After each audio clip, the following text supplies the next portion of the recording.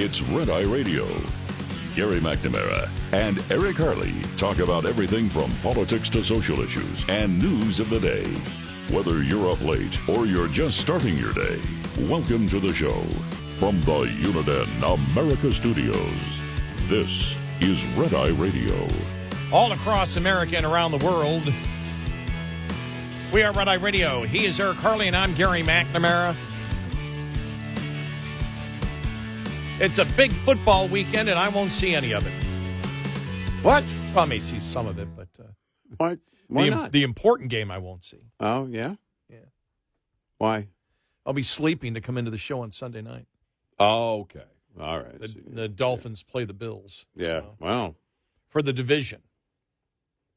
Oy. And Buffalo could be the second seed or not in the playoffs at all. And a second seed means they would play, if they won in the playoffs, they'd play 2 home games in a row. Mm-hmm. And so, but did you see the thing where, was it whatever, one of the ticket places has projected there will be more Bills fans at the Miami game in Miami. Did you say off the air the other day they projected something like 55% Bills? 52% Okay. of the people there will be Buffalo fans, 48% Miami fans. Now, you made a great point, though, earlier in the show, because we've been talking about this a lot off the air. It's just fascinating to look at that, if the game's in Miami, for somebody who lives in Buffalo in the winter, why not? That's a good vacation. My buddies were sending me, and I did see a couple of pictures from the airport yesterday. And it was absolutely mobbed. Yeah. I mean, it was mobbed, unbelievably mobbed with everybody in Bill stuff going to Miami. And I'm thinking, because here's the thing. I mean, I've lost a lot of interest in sports as I've gotten older. There's been a variety of different reasons. I still root for the home team and hope that they're going to win. And if I can watch a game, I'll watch it. I'm not as invested as I used to be. Yeah. But where is this disposable income coming from? That's my question. Yeah. Where's that coming from? But the other thing is, and then I said, well, it is January, and you have justification to pull off that credit card and go to Miami because you're supporting your home team. That's because if you're a big fan and you're thinking about vacation at some time in the year, thinking, all right, wait a minute. This is a big game. It's in Miami. Why not just treat this as the vacation, at least one of the vacations for the year? Well, it's an interesting thing. I don't know. I mean, because I don't pay as much attention as I used to, but it happened a couple of years ago, and it was at in Nashville when the Titans were playing the Bills, and it sounded like a home game for the Bills. Yeah, and the people of Nashville and the media and the team were extremely ticked off, and they started talking about and this is something that happens in other sports, that may have close proximity. If the one team isn't doing well and you're playing a team that's only 50 or 100 miles away and you're doing extremely well, you'll basically have a home game. It happens in the NHL a lot, in the National Hockey League. Yeah. But it happened when I did see just part of the Bills against the Chargers a couple of weeks ago in Los Angeles. When I turned it on, I was like, this isn't a home game. This isn't Highmark Stadium where the Bills play. Right. What's going on here? Right. The Bills, it sounded like there were more Bills fans than Charger fans. And then it happened in New York when they played the Jets earlier this year. I think it was the Jets, or was it the Giants? Maybe it was the Giants. And it sounded like it was a home game. And that's my train of thought. It's like, wow, they're loyal fans. My second thought, where did they get this expendable income from? Because remember, you're talking about getting a hotel room late. It's a couple of days' notice. Right. Think about in Miami, which right now, you think about, people from the north. When are they going to be in Florida? January. Yeah. So hotel rooms are extremely expensive. Then the ticket you're buying, you're rebuying the ticket. You're paying a premium price. The other day, I think the average ticket was $311. Wow. So you've got a late plane flight, which is going to cost you, late hotel room reservation. How are you not taking a day off work, at least one day, right? Oh, yeah, you're taking a couple. Well, most people were on the plane yesterday and Wednesday. So Okay. people are taking, 3, 4, 5 days off of work. And if you're going with someone, I mean, you're talking, maybe, and you haven't even got into dinner and the parties and everything else. You're probably talking $3,000 to $4,000. Yeah. That's a lot of money. Yeah. Well, that's a healthy vacation budget for sure. Yeah. And I find that interesting. And then a lot of teams try to solve that problem by saying that if you want to sell your ticket, resell your ticket, it can only be sold to somebody in a particular zip code, which would be close to where you are. Some teams have done that. I don't know what happened to that. I thought you would hear more on that this year, and I didn't hear anything about it. Again, I haven't paid that much attention to sports, though. All right. But I just think that's really interesting. But, I guess really that would be the last game of the regular season will be Sunday night. Okay. And we'll decide that. So that'll be fun. And I'm glad I'm sleeping through it because I'd probably be too nervous. Yeah. Yeah. Yeah, you would be. I'm not, something though, we talked about the whole thing about being lonely. Yeah, right. Well, I'm alone, but I'm a lot of times, but I'm not lonely. But I can't handle watching any sports team that I root for. I cannot handle watching it alone. I have to watch it with other people. Right. I get too angry. Yeah, I can wait if I'm with other people. You're more tempered if someone else is in the room. Yeah. That's one thing about sports. You wait until after they leave to break the TV, Well, now there's no problem. You can get a 65-inch TV for $300. And you have a whole closet full of them just for Bills games. Throw a couple of rocks at it. It's only $300. It's not like. Do you remember when they first came out? Remember the plasma TVs? Yeah. If you wanted. I remember if you want I remember seeing a 32-inch plasma TV because there was plasma and then what came next? I forgot. There was plasma and there was the other one. Can't think of what the name of it was. But a 32-inch was like $5,000. 32-inch TV. Yeah, right. Now I don't have big walls in my house. And so even a 65-inch TV didn't fit. Yeah. So a 55-inch. I've got a massive wall, so one wall that's perfect in the living room. I don't ever, I did over the holiday break, Christmas time, my oldest daughter came over. It was actually Christmas night. Came over and we watched John Wick 3. Great Christmas movie. And it's rare that I go out there on the big TV, though, and watch movies. And but I wanted to get in the holiday spirit. So. How big is that TV? That TV out there is 70, and I think we're going to go bigger. It doesn't take up a third of that wall. All right, because one of my buddies has my buddy Jeff, I think it's 75 inches, and they're like, well, we're thinking of going bigger. Well, no, my brother-in-law had at one time, I'm certain he doesn't have it anymore, but I want to say 110-inch. It was the biggest. It was like the biggest TV that you could get. And he put it in his basement. And my sister said, well, the only problem is in the basement, there's not a lot of room to go back with the couch, right? You have to put it on the opposite wall, but you're only so far back, so you can't. So if you're watching a movie, your head's turning like you're watching a tennis match, Well, the one thing, my buddy who had the 75, and he's had that for like 5-6 years. Yeah. And he told me, he goes, yeah, we're thinking of going bigger. Bigger? If a football game's on, you look at the head of a football player, and it's bigger than in real life. Yeah. That's how big the screen is. Yeah, so, it was the 98-inch, or maybe it was I don't know, there's a, Hisense makes a 120. I want to say it was 100, it was 110, maybe it was 120. It was something really stupid. When I got the 55-inch, I was like, okay, that's big enough. And Yeah, now it was 110. Yeah. Now I go over to everybody else's house, and it's like I go back to mine. I'm like, my TV is tiny, and it's 55 inches. No, I mean, that's it. Well, a 40-inch is like, oh, that's cute. You're going to put that in the bathroom? I mean, you know.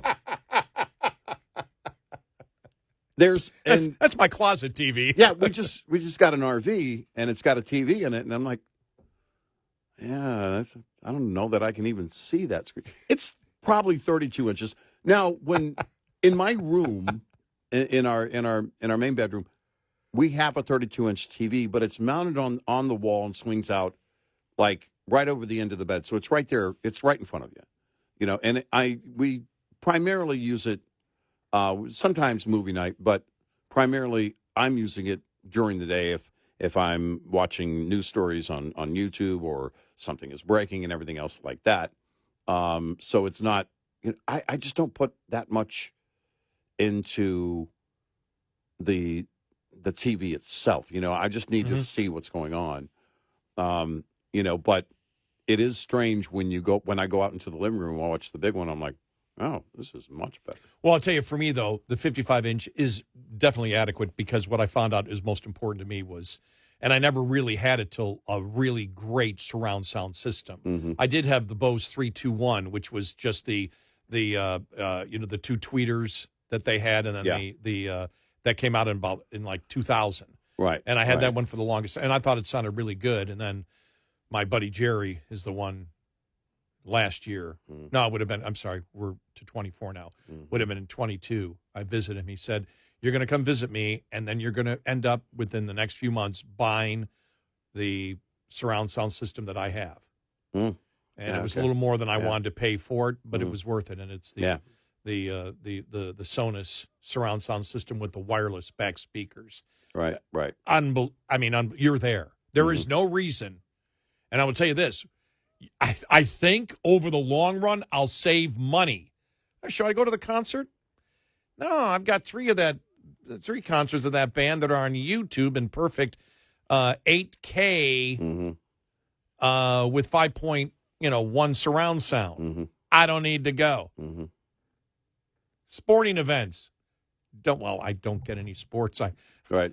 I do have a predicament, though, because over vacation, as I told you, I wanted to watch. It's like, okay, it was January 1st. Let's watch the football games. You turn on actual television, it's like one game. Yeah. Where'd one everything football go? game. Right. There was nothing else on the entire nothing. Right. No other sports on CBS, ABC, NBC, or Fox. Right. And I'm like, well, I'm going to have to stay busy because this isn't going to cut it. Right. Exactly. I'm going to have to watch sports sometime, but I don't want to pay for it. I don't want to pay for ESPN. Well, no, that's what's becoming. It's like everything plus, right? Yeah. It's like, well, if you just subscribe to HGTV Plus, no, giving you $25 a month. You know, I saw something the other day. It was one of those. Who would subscribe to that? Well, one of the, in fact, great examples of my point really is Paramount Plus. Now you see Warner Brothers and Discovery in talks maybe to absorb Paramount Plus, a merger. But really, Paramount Plus has not been winning at all in the streaming game. You know, and they've had some pretty good shows on. Taylor Sheridan has, I don't know, 3 shows on Paramount Plus. And so, you know, and plus the entire library of what they own under that Paramount umbrella. But it's not a given. That's the thing, is that when you say Paramount Plus, it doesn't relate to people that, look, it's these properties, those properties, no, you're that right. property. No, when you say, you know, like it or not, Disney Plus, you go, okay, I know what Disney is. Well, you think you know what you're getting. Well, exactly. Yeah. Yeah, well, until you stay in the room and watch it with your kids.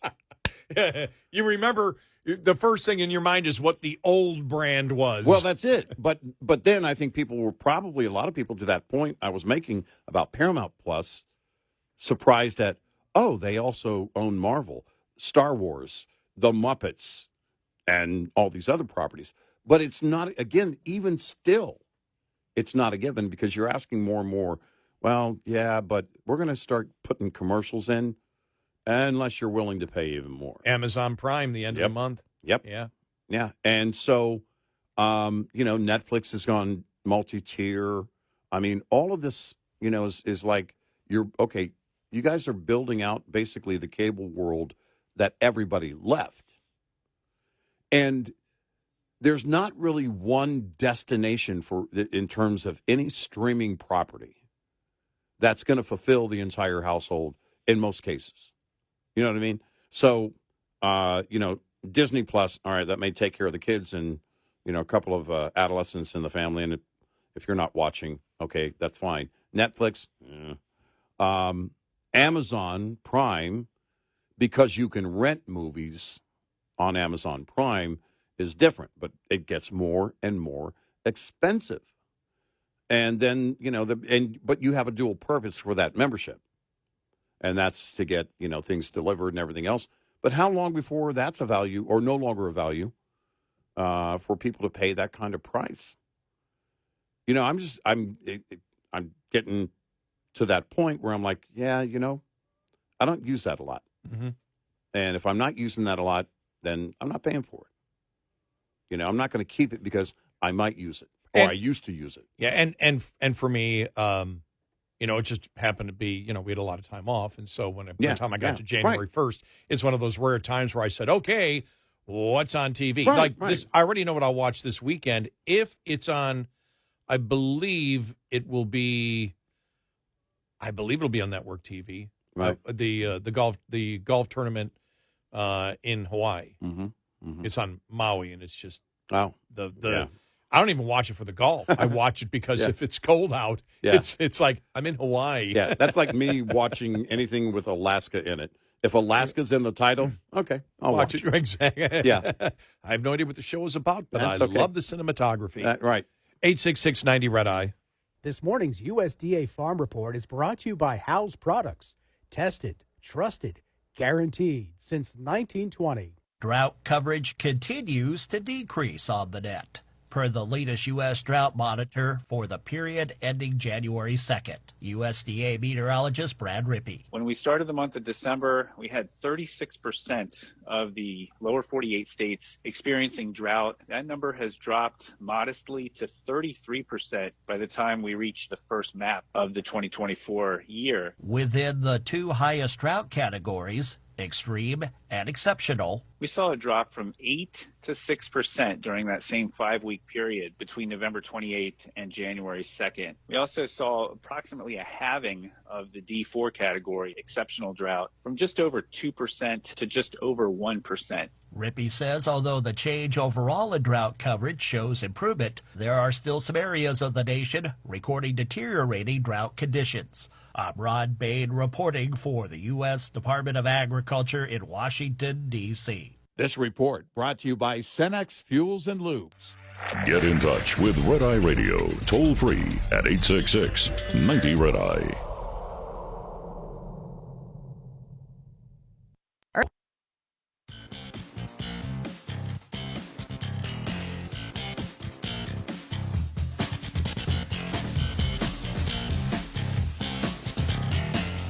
It's Red Eye Radio. He's Eric Carly, and I'm Gary McNamara. Coming up on the bottom of the hour, how we know that Democrats know that DEI is racist. And it's not what the American public wants. We'll get to that coming up here in just a little bit. Still laughing, though, at the headline. Boston Globe column denies that American colleges are left-wing hotbeds, not indoctrinating students. We are to the point, as we've said, Democrats and left have been back into the wall on every issue now. Yeah. Because reality is either hit it or it's out in the open where they're willing to argue it. Right. There's a problem for liberalism over the next 10 years because they can't tell you the truth.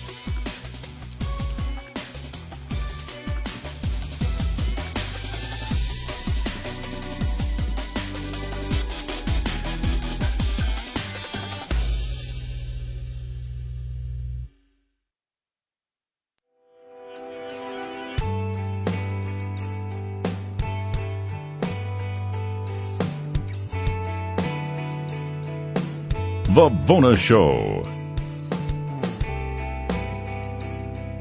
And he is Eric Harley, and I'm Gary McNamara. Download our Red Eye Radio app today and listen when and where you choose. If you can't listen live overnight to one of our great radio station affiliates, and thanks to all of our great radio stations that carry us, we are privileged to be on so many great radio stations around the country. You know, one of the things that you and I have talked about is some of the people right now that are best in articulating against the liberal positions and promoting conservative ideas that at one point conservatives and liberals shared the same opinion on things like freedom of speech and freedom of religion and things like that. I mean, there were things that they agreed on, but the people articulating right now some of, I think, the best ideas and debate points are Democrats. And we've talked about this. Yeah. The Barry Weiss from the New York Times. I said,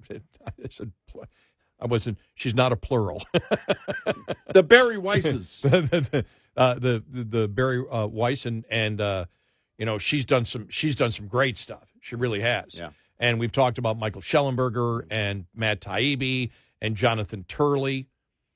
Another Democrat who actually left the Brookings Institute, the liberal think tank, and went to the American Enterprise Institute because he believed that, and this person believed that at the American Enterprise Institute, they wanted to debate the truth.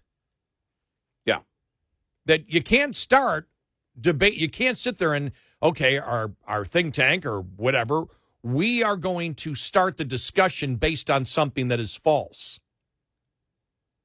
And I think that's what you see happening, and you and I have talked about this, when you have all these former liberals who now at times can sound more urgent and I think more passionate on where they believe liberalism is taking us than even Republicans. I think that they're a microcosm of the number of people that are having those thoughts going through their heads, which are a lot of independents and even moderate Democrats. The person I'm talking about is Roy Teixeira, who, lifelong Democrat, used to work a lot in think tanks with the Clinton people and everything else, and became a part of the American Enterprise Institute think tank a few years back, and said, why? Because there, everything is open. And in Democratic circles and Democrat think tanks, you must, and the whole thing of a think tank is to look at what the world is like, what society is like, and come up with, the solutions that work. And he goes, you can't do that in Democrat think tanks anymore. The narrative is what matters, no matter what the truth is. Well, he's got a website called The Liberal Patriot. And he wrote this yesterday. And I can't read the whole thing. It's too long, but I want to read a couple of paragraphs out of it because I think it's worth it. Democrats, time to re-embrace merit, free speech, and universalism. And he writes, Claudine Gay is out as president of Harvard. It's tempting for Democrats to simply ascribe her fall to the nefarious activities of the right and, of course, to racism, as Gay herself alleges in her resignation letter. If so, no rethinking of Democratic positions is necessary. Just a ringing affirmation of the party's noble commitment to, diversity, equity, and inclusion. That would be a mistake. In truth, Gay owed her position to her race, gender, and, importantly, her role as a DEI enforcer. Her body of academic work is thin, undistinguished, and, as we now know, riddled with instances of plagiarism.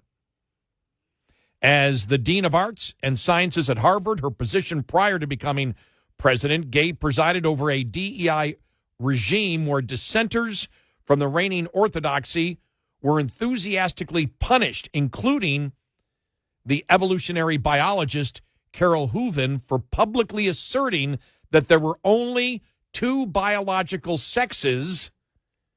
And also, they went after the brilliant young economist Roland Fryer. Fryer, like Gay, is black. But unlike Gay, who grew up in a comfortable middle-class household headed by two professionals and attended great schools, Fryer came from a broken home, living on and off with his alcoholic father and crack-dealing relatives, and was involved in the gang life. But he overcame all that to become a profoundly original economist who won the John Bates Clark Award for the best economist under 40, with innumerable path-breaking papers to his name. As Glenn Lowry observed, his research appends many commonly held assumptions about race, discrimination, education, and police violence. It is tremendously creative, rigorous, and consequential scholarship, and it cannot be simply written off because it happens to challenge the status quo.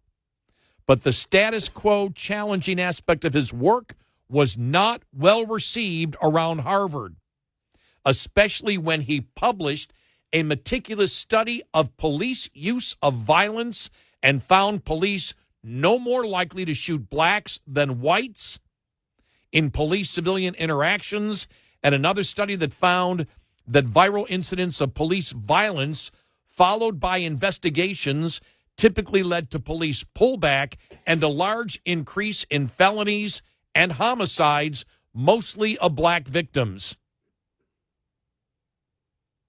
When a dubious sexual harassment claim was brought against Fryer, Gay's bureaucracy pounced, and despite findings that rejected the charges against him, it was deemed appropriate to go beyond the recommended punishment of sensitivity training for inappropriate sexual banter to suspend him for 2 years without pay and shut down his incredibly productive lab. Gay reportedly wanted to go further and revoke his tenure. And, goes through, Gay's role and everything else in DEI, and talked about the fact of there is a better way. Rather than defending the likes of Gay, why not just go back to what Democrats have traditionally stood for? He goes, take merit. Merit, for example. Mm-hmm. Democrats traditionally believe that discrimination should be opposed and dismantled and resources provided to the disadvantaged so that everyone can fairly compete and achieve. Rewards, job opportunities, promotions, commissions, appointments, publications, school slots, and much else would then be allocated on the basis of which person or persons deserve these rewards on the basis of merit. But Democrats have lost interest in this approach. Merit and objective measures of achievement are now viewed with suspicion as the outcomes of a hopelessly corrupt system, so rewards should instead be allocated on the basis of various criteria allegedly related to, quote, social justice. Instead of dismantling discrimination and providing assistance so that more people have the opportunity to acquire merit, the real solution is to worry less about merit and more about equal outcomes, equity in our times. Well, ordinary voters don't buy this approach. They believe in the idea of merit, and they believe in the ability to acquire merit and attendant rewards if given the opportunity to do so. To believe otherwise is insulting to them and contravenes their common sense about the central role of merit in fair decisions. As George Orwell put it, one has to belong to the intelligentsia to believe things like that. No ordinary man could be such a fool. This is shown by the public's view on racial preferences. To put it simply, they are very, very unpopular. Harvard, Stanford, University of Texas SCOTUS poll found 69% of the public agreeing that private colleges and universities should not be able to use race as a factor in admissions, compared to 31% who thought these institutions should be able to do so. For public colleges and universities, 74-26. Pretty definitive. Now, this I want to get to because this is really interesting, the polling here. Or take this time series question from Gallup. Which comes closer to your view about evaluating students for admission into a college or university? Applicants should be admitted solely on the basis of merit, even if that results in a few minority students being admitted, or an applicant's racial or ethnic background should be considered to help promote diversity on college campuses, even if that means admitting some minority students who otherwise would not be admitted. In the most recent results, it's quite typical. 70% favored the merit-only approach. 26% endorsed the need to admit less qualified students on the basis of race. Americans, whether Democrats are willing to admit it or not, basically approve of merit when it comes to college admissions. And what was the other one here that I saw that was just mind-boggling? The numbers here.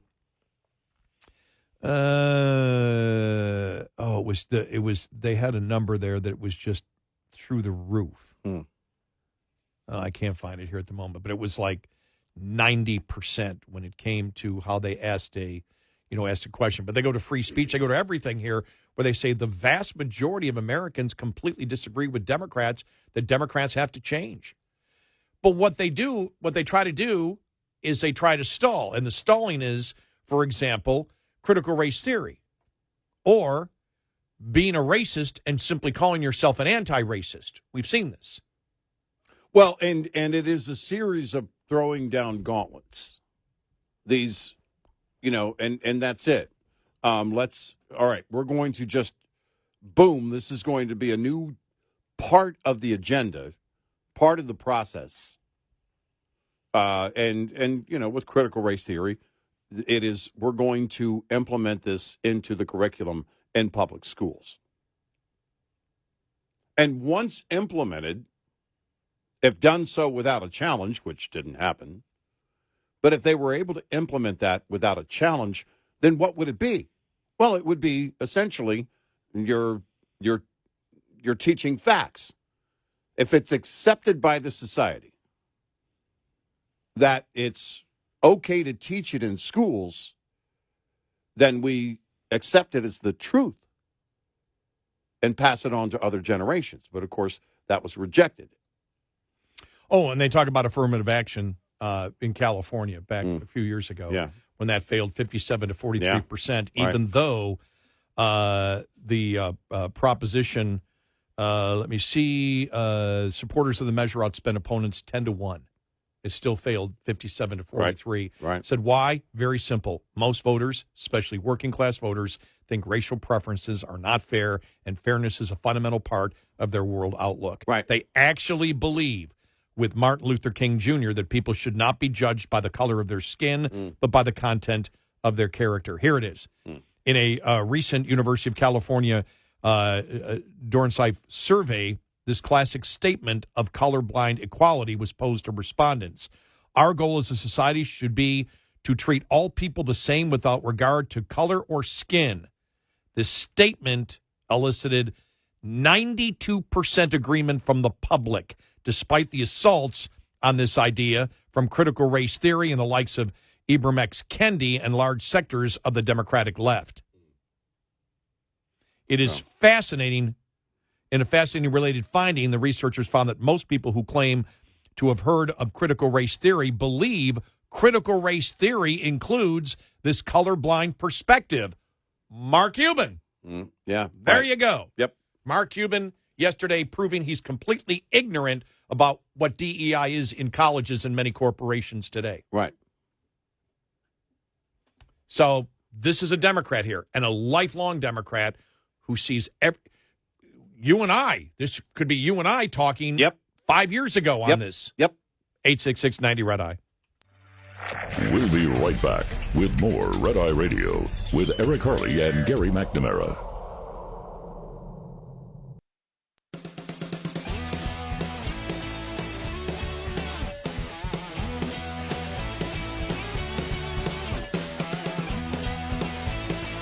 It's Red Eye Radio. He's Eric Harley, and I'm Gary McNamara. One of our listeners sent a great thing. We had talked yesterday and then today also about Mark Cuban getting involved in with Elon Musk on on a Twitter, X, whatever it is, yesterday, on saying, well, diversity, equity, inclusion, who would be against that?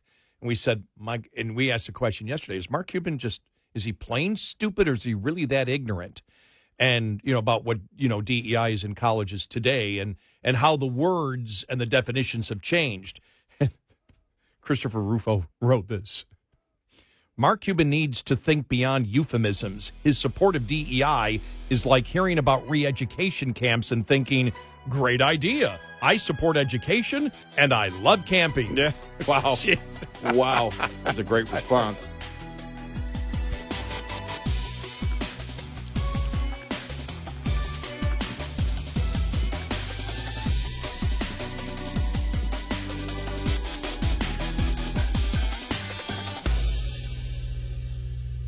This is Red Eye Radio on Westwood One.